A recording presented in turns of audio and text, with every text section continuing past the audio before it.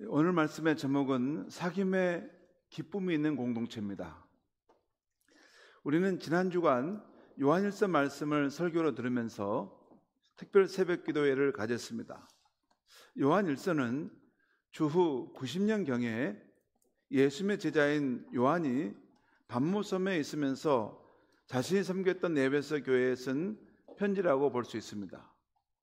그러면서도 어떤 대상을 특정하지 않으면서 모든 그리스도인을 향해 쓴 서신이기도 합니다. 요한일서는 교회 역사적으로 많은 성도들에게 사랑받는 편지였습니다.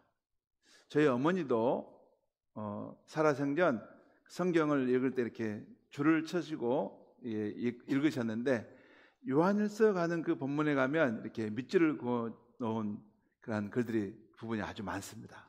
그러니까 우리 신자가 알아야 될 그 기독교의 깊은 의미를 포함하고 있고 은혜로운 그런 구절들이 거기에 많이 있다는 것이죠.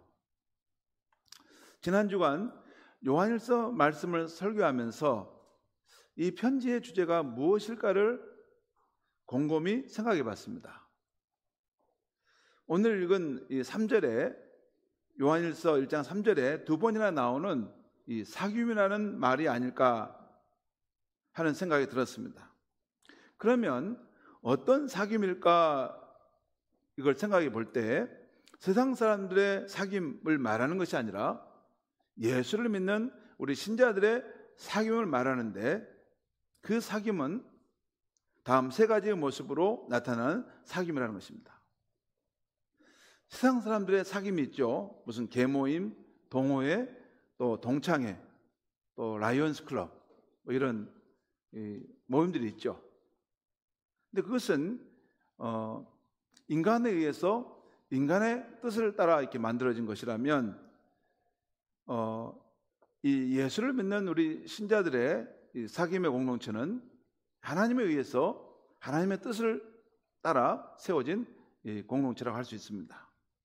자, 우리 신자들의 이 사귐의 공동체는 어떤 면이 있을까? 세 가지입니다. 첫째는 빛 안에서의 사귐입니다. 요한일서 1장에 주로 나오는데요. 한번 보겠습니다. 요한일서 1장 5절과 7절에 보면 곧 하나님은 빛이시라, 그에게는 어둠이 조금도 없으시다는 것이니라. 그가 빛 가운데 계신 것 같이 우리도 빛 가운데 행하면 우리가 서로 사귐이 있고 아들 예수의 피가 우리를 모든 죄에서 깨끗하게 하실 것이요. 우리 신자들의 이 교제 공동체는 빛이신 하나님을 모시고 하는 공동체이기 때문에 그 모임은 어둠이 없고 빛 가운데 행하는 공동체라는 것이에요. 어둠, 죄를 짓는 거라든가 그런 악한 것들을 생각하는 그런 게 아니라 빛 가운데서 사귀는 공동체라는 거죠. 그리고 두 번째, 우리 신자들의 이 모임을 요한일서는 뭐라고 말했냐면 사랑 안에서 사귀는 공동체라는 것입니다. 이 두 번째, 사랑 안에서의 사귐은 요한일서 3장과 4장에 주로 나와 있습니다. 11절, 12절에 이런 말씀이 나옵니다. 사랑하는 자들아, 하나님이 이같이 우리를 사랑하셨은즉 우리도 서로 사랑하는 것이 마땅하니라. 어느 때나 하나님을 본 사람이 없으되 만일 우리가 서로 사랑하면 하나님이 우리 안에 거하시고 그의 사랑이 우리 안에 온전히 이루어졌느니라. 여기 보면 이런 표현이 나와요. 하나님이 이같이 우리를 사랑하셨으니, 그 말은 뭐냐면 하나님의 사랑을 받은 우리라는 공동체가 있다는 거예요.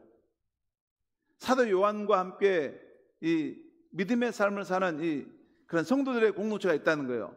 그러니까 하나님께서 우리를 이렇게 사랑해 주셨다는 거예요. 그러므로 우리도 서로 사랑하는 것이 마땅하다, 그 말이에요. 그러니까 하나님의 사랑 안에서 함께 사귀는 공동체라는 거예요. 그래서 우리가 이 안에 서로 사랑하면 하나님이 우리 안에 거하시고 하나님의 사랑이 우리 안에 온전히 이루어진다. 우리 신자들의 공동체는 하나님의 사랑 안에 있는 공동체라고 말입니다. 그리고 세 번째는 생명 안에서의 사귐입니다.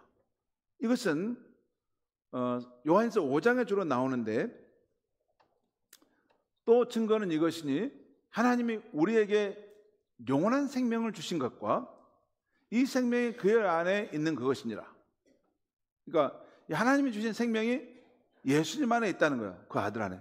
그리고 그 아들이신 그 아들 예수 안에 있는 자에게는 생명이 있고 하나님의 아들이 없는 자에게는 생명이 없느니라. 여러분, 이 말씀이 아주 중요한데요. 왜 예수님이 우리가 사는 이 세상으로 사람의 몸을 입고 오셨냐면요, 가장 중요한 목적 중에 하나가 하나님의 생명, 하나님 안에 있는 영원한 생명을 우리에게 주시고자 이 땅에 오신 것입니다. 이게 기독교의 핵심입니다. 여러분, 저와 여러분은 이 생명을 가지고 있어요. 그런데 보통 인간의 생명은 육적 생명입니다. 이건 유한하고 점점 세월이 지나면 쇠락하고 병들고 죽어가는 것이에요. 그렇지만 하나님 안에 있는 생명은 영원히 사는 생명인데 그 생명을 우리에게 주시고자 예수님이 오셨다는 것입니다. 그래서 예수를 믿는 자에게는 내가 생명을 준다. 죽어도 다시 사는 영원한 생명을 너는 받는다. 그렇게 말씀하셨어요. 그래서 예수님이 요한복음 11장에 보면 나는 부활이요 생명이니 나를 믿는 자는 죽어도 산다. 죽어도 산다는 거예요. 여러분, 기독교에는 죽음을 이기고 다시 부활하고 살아난다는 것을 믿는 믿음의 고백이 이 안에 있습니다. 그래서 우리는 장례를 당할 때도 그렇게 막 절대 절망하지 않습니다. 우리가 인간적인 관점에서는 이 땅에서 이제 다시 보지 못할 걸 생각해서 슬픔이 있지만 다시 부활의 아침에 임하는 그때가 되면 우리 예수님의 약속의 말씀대로 나는 부활이요 생명이니 나를 믿는 자는 죽어도 살겠고, 예수님 무덤의 문을 여시고 살아나서 부활의 몸을 입었던 것처럼 저와 여러분의 이 육신이 그때는 변화된다는 거예요. 새로운 형태로 변화돼서 저와 함께 영원히 산다는 것이 기독교라는 것이에요. 이 하나님의 생명 안에서의 생명을 가진 사람들끼리의 사귐이라는 거죠. 그러니까 요한일서는 구주 예수를 믿는 우리 신자들의 사귐, 교제를 말씀하는데요, 하나님의 빛 안에서의 사귐이고 하나님의 사랑 안에서의 사귐이며 하나님의 생명 안에서의 사귀는 공동체라는 것입니다. 이것이 요한일서의 주제라고 저는 생각합니다. 하나님의 빛, 사랑, 생명 안에서 그 빛 가운데, 사랑 가운데 살아가는 성도들의 만남이라는 것이죠. 오늘 읽은 3절에서 사도 요한은 우리가 보고 들은 바를 너에게 전한다 하면서 그 전하는 이유를 너희로 우리와 사귐이 있게 하려 함이라 라고 말씀하고 있어요. 그리고 4절에서는 우리가 이것을 쓰면 우리의 기쁨이 충만하게 하려 함이라 라고 말씀하고 있어요. 그러니까 여러분 잠깐 생각해 보세요. 이 사도 요한이 있고 또 그와 함께 하는 성도들이 있습니다. 그러니까 이 요한의 공동체죠. 바로 이 공동체가 있는데 이들이 서로 사귐으로써 누리는 충만한 기쁨이 있었다는 거예요. 근데 이 기쁨을 우리만 갖지 않고 너희에게도 이 사귐의 기쁨을 주기를 원한다 하면 서신을 쓴 겁니다. 자, 어떤 사귐이기에 그렇게 충만한 기쁨이 있었을까 궁금해집니다. 그래서 우리는 오늘 요한일서 말씀을 근거로 사도 요한과 그와 함께한 성도들이 어떤 사귐을 가졌는가를 살펴보고자 하는 것입니다. 여기에 사귐이라는 말은 헬라어 성경에서는 코이노니아라는 단어인데요, 우리 신약 성경에는 이 코이노니아가 오늘 여기서는 사귐인데 다른 부분에서는 교제, 참여 이렇게 번역되어 있어요. 초대교회 모습을 기록하고 있는 사도행전 2장 42절 말씀, 그들이 사도의 가르침을 받아 서로 교제하고 떡을 떼며, 이 본문이 나오는데 여기에 이 서로 교제하며 이 말이 헬라어 코이노니아, 오늘 이 요한일서의 사귐이라는 말을 거기서는 교제라는 말로 번역하고 있다는 거죠. 그리고 이 교제는 우리가 예배 때마다 사도신경을 통해 나는 성령을 믿으며 성도의 교제를 믿습니다라고 고백하는 그 교제입니다. 여러분, 우리는 성부 하나님, 성자 예수님, 성령님을 우리는 믿어요. 그것이 우리 사도신경의 아주 중요한 핵심 신앙입니다. 그런데 저와 여러분이 믿어야 될 아주 중요한 신앙 고백 하나가 성도들 간에 교제하는 삶을, 이것이 있는 교회를 믿는다는 것입니다. 나 혼자만 신앙생활하는 것 말고 성도들이 함께 교제하는 이 공동체, 이것이 우리가 믿는 기독교라는 것입니다. 자, 그러면 이제 사도 요한이 전하고자 했던 초대교회 공동체의 사귐은 어떤 사귐, 어떤 교제였는가를 좀 더 자세히 살펴보겠습니다. 첫째, 이 사귐은 어떤 사귐이었는가입니다. 신약 성경에서 이 코이노니아가 사용된 성경 구절들을 보면 대개 한 이 5가지가 중심 개념입니다. 이 코이노니아라는 이 표현이 헬라어 성경에 나오는데, 이 보면 첫 번째, 같은 믿음, 같은 성령을 받았다. 한 믿음, 한 성령을 받았다. 두 번째는 같은 성례, 같은 사역에 참여한다는 거예요. 성례라는 것은 우리 성만찬이죠. 성만찬에 우리 뭐냐면 그 빵과 그 포도주를 마실 때 우리 한 덩어리에서 이걸 떼가지고 나눠주죠. 마치 예수님의 이 몸의 살과 피를 우리가 받는 것처럼 딱 한 덩어리에서 이것을 함께 나누는 이 성례 공동체라는 것입니다. 그리고 사역도 주를 위한 사역을 함께 해간다는 거죠. 그리고 또한 이 코이노니아는 주를 믿을 때 겪게 되는 이 고난에 서로 함께 참여한다는 거예요. 그리고 네 번째는 공동으로 소유하면서 서로 함께 서로를 쓸 것을 공급하며 살아간다는 거죠. 그리고 다섯 번째, 코이노니아는 섬기는 일에서 함께 참여한다는 것을 말합니다. 이것이 신약 성경에서 이 코이노니아라는 이 표현이 쓰여지는 자리예요. 교제, 사귐, 이렇게 함께 참여한다는 것이죠. 자, 여러분, 이것은 뭘 말하냐면 우리 성도의 삶이란 서로 총체적으로 연결되어 있는 사귐이라는 거예요. 그래서 성도의 교제를 떠나서 우리는 신앙생활을 할 수 없는 겁니다.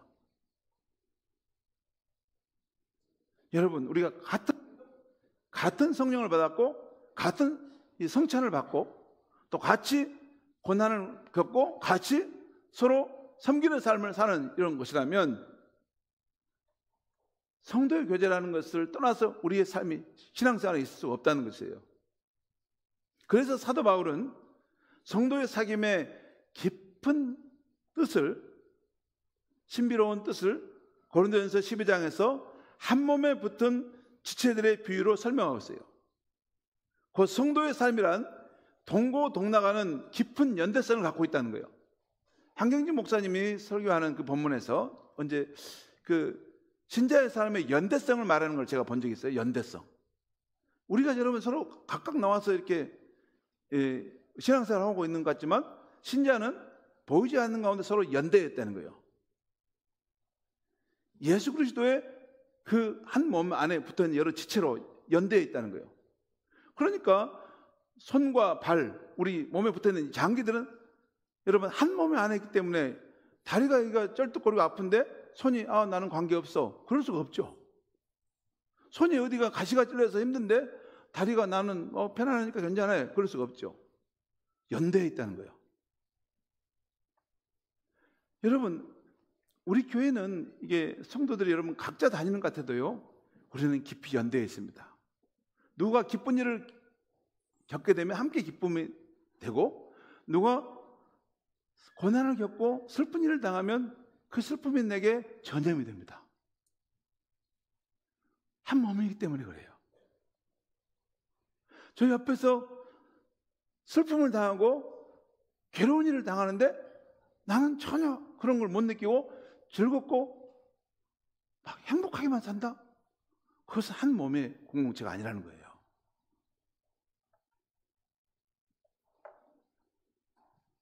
성도 여러분, 오늘날 현대사회는 개인주의와 고립주의가 만연한 세상입니다. 이런 세상에서 우리 교회는 어떤 사귐을 갖고 있는가입니다. 내 삶 속에 성도를 초청하여 그 성도와 함께 삶을 나누고 공유하고 있는가? 즐거워할 때 함께 즐거워하고 울 때 함께 울어줄 지체가 우리 안에 있는가? 내가 고통을 겪을 때 함께 아파하고 내가 가난해졌을 때 도와주는 성도가 우리 안에 있는가 하는 거예요. 그게 진짜로 신약 성경이 말하는 사귐의 공동체라는 거예요. 우리 신자들의 공동체라는 것입니다. 예수님께서 우리들에게 내가 너희를 사랑한 것 같이 너희도 서로 사랑하라 하신 것은 단순히 사랑하는 감정을 품는 것이 아닙니다. 평소에 아무 관심 없이 살다가 일주일에 한 번 만나 형식적인 인사를 나누라는 것이 아닙니다. 예수님이 우리를 사랑하신 것처럼 서로의 짐을 대신 져주고 성도의 쓸 것을 공급해주고 형제를 내 삶 속에 초대하여 함께 동고동락을 나누는 사랑, 말과 혀로만이 아닌 행함과 진실함으로 하는 사랑, 그런 삶을 나누는 것이 우리 예수님을 진짜 아는 참된 사귐의 공동체라는 거예요. 그게 교회라는 것입니다.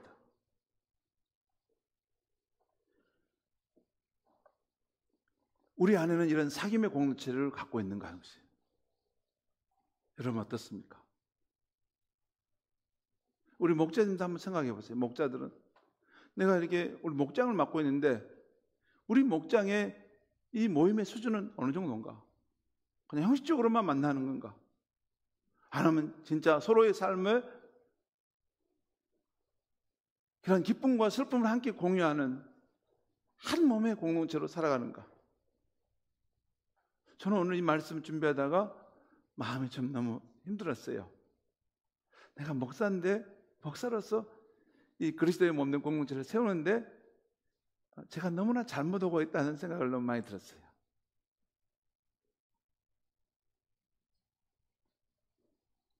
여러분, 우리가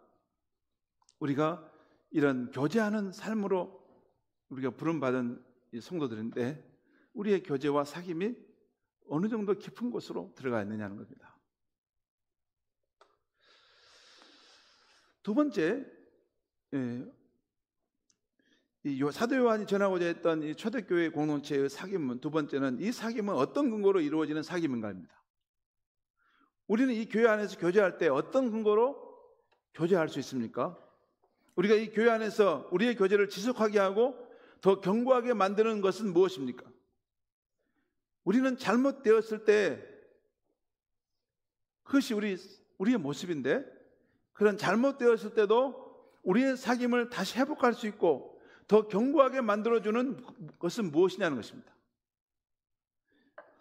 세상 사람들은 보통 가족이나 친척 또는 지연이나 학연 또는 공동체인 취미나 관심사로 사람을 취사 선택해서 만나 교제하고 사귐을 갖죠. 그렇다면 우리 신자들의 사귐의 근거는 무엇이냐는 거예요. 사도 요한은 오늘 요한일서 1장 말씀에서 이렇게 하고 있어요. 태초부터 있는 생명의 말씀에 관해 우리는 듣고 보고 손으로 만졌다. 또 이 생명의 말씀은 아버지와 함께 계시다가 우리에게 나타나시게 되었다. 그리고 우리는 바로 이 말씀을 너에게 전하여 준다. 그것은 너희도 우리의 이 사귐에 참여하기를 원한다라고 하면서 다른 사람들을 그 모임에 초대하고 있는 것이에요. 성도 여러분, 이 계신 생명의 말씀이신 분, 하나님 아버지와 함께 계시다가 우리에게 나타나신 분이 누구입니까? 그리고 우리 성도들의 사랑의 사귐의 근거가 되시는 그분이 누구십니까? 요한복음 1장에 정확하게 나와 있어요. 거기에 보면 태초부터 존재했던 말씀이신 분이 사람의 육신을 입고 오셨는데 그분이 바로 우리 예수님이라는 것입니다. 하나님과 인간 사이의 유일한 중보자이신 하나님의 아들 우리 구주 예수님이라는 거예요. 사도 요한은 살아생전에 그 예수님이 사람의 몸을 입고 있는 예수님을 만났고 그를 봤고 손으로 만졌고 그를 알았던 거예요.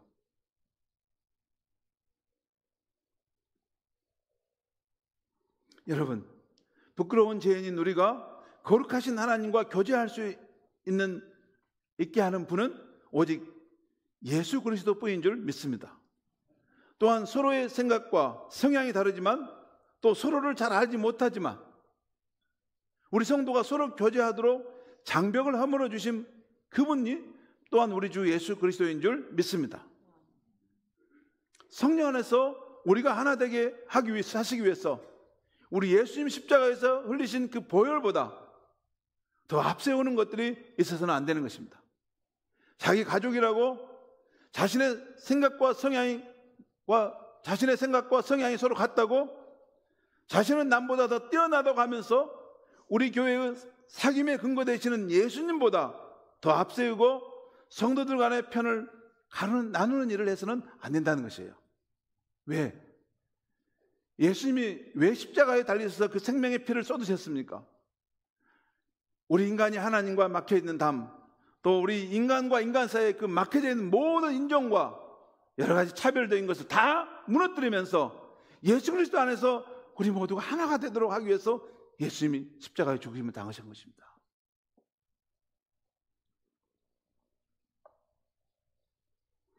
그렇기 때문에 만약에 이 교회에 와서도 자신과 생각과 성향이 같다고 그렇게 하면서 이렇게 사람들을 자기 방식대로 이렇게 사람들을 이렇게 두루두루 모여서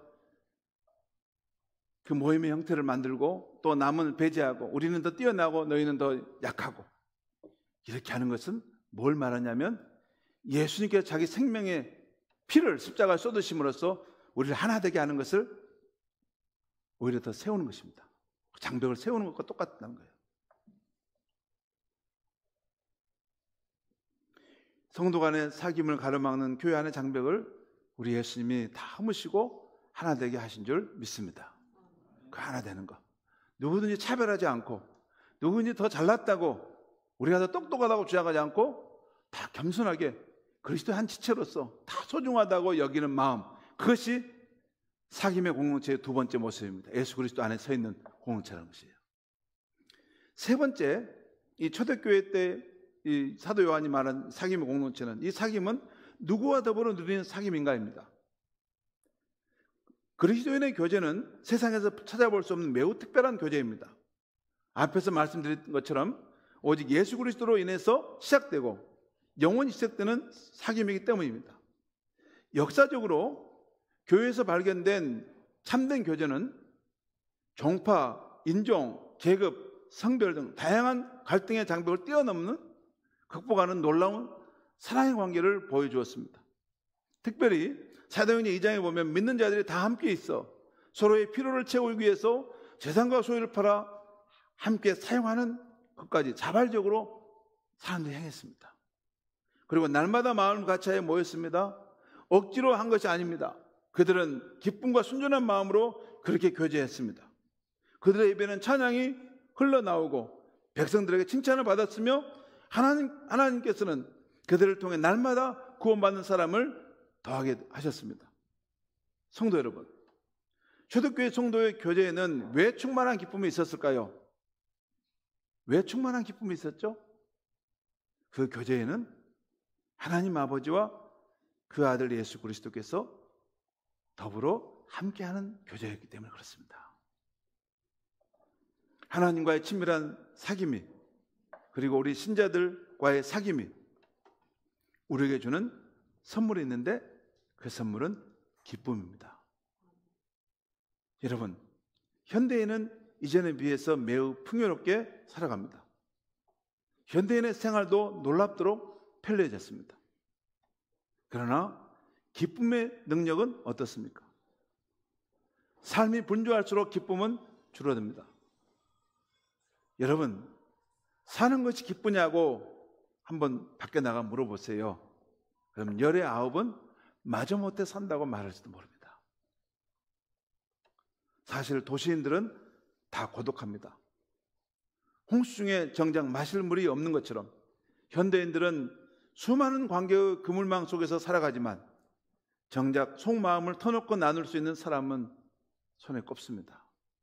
여러분 핸드폰 내보시면 거기에 수많은 카톡방에 보면 수많은 사람들이 그물망처럼 연결되어 있죠. 근데 그 사람 가운데 누가 여러분의 깊은 속마음을 함께 나눌 수 있고 있는 그대로 여러분을 포용해 줄 수 있는 사람이 얼마나 됩니까? 성도 여러분, 행복과 기쁨은 누군가와 함께하면서 오는 것입니다. 누군가가 내 곁에 있다는 사실만큼 우리의 마음을 든든하게 해주는 것은 없습니다. 임마누엘은 하나님이 우리와 함께 하신다는 뜻입니다. 임마누엘 이 한마디가 우리의 기쁨의 뿌리입니다. 하나님이 함께 하시는 그 공동체에는 늘 기쁨이 있는 것입니다. 마지막으로 우리 교회에서 행복하게 신앙생활 하다 얼마 전에 천국에 가신 고 김춘식 성도님에 대한 저의 생각을 잠시 말씀드립니다.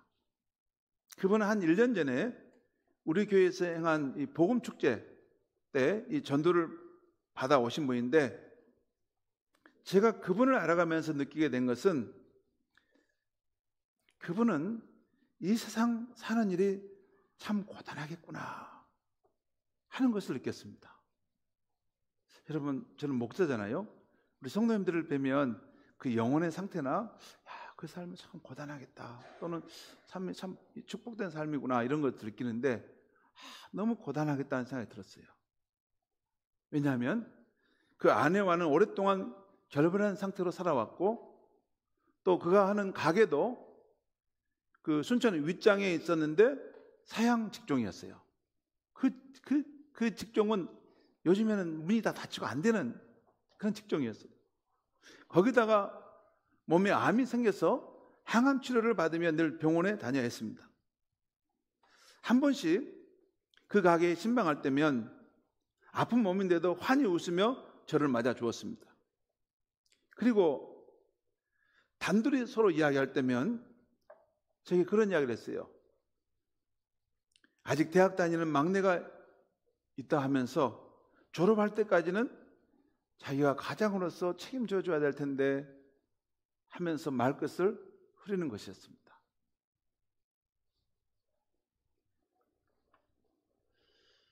저는 그분이 왜 우리 교회를 왔을까 하는 생각을 한 번씩 했습니다.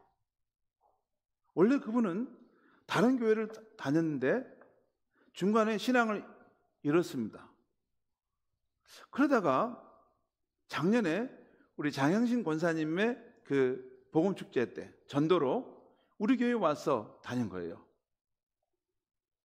그런데 우리 교회에 와서 그 믿음을 다시 회복했습니다.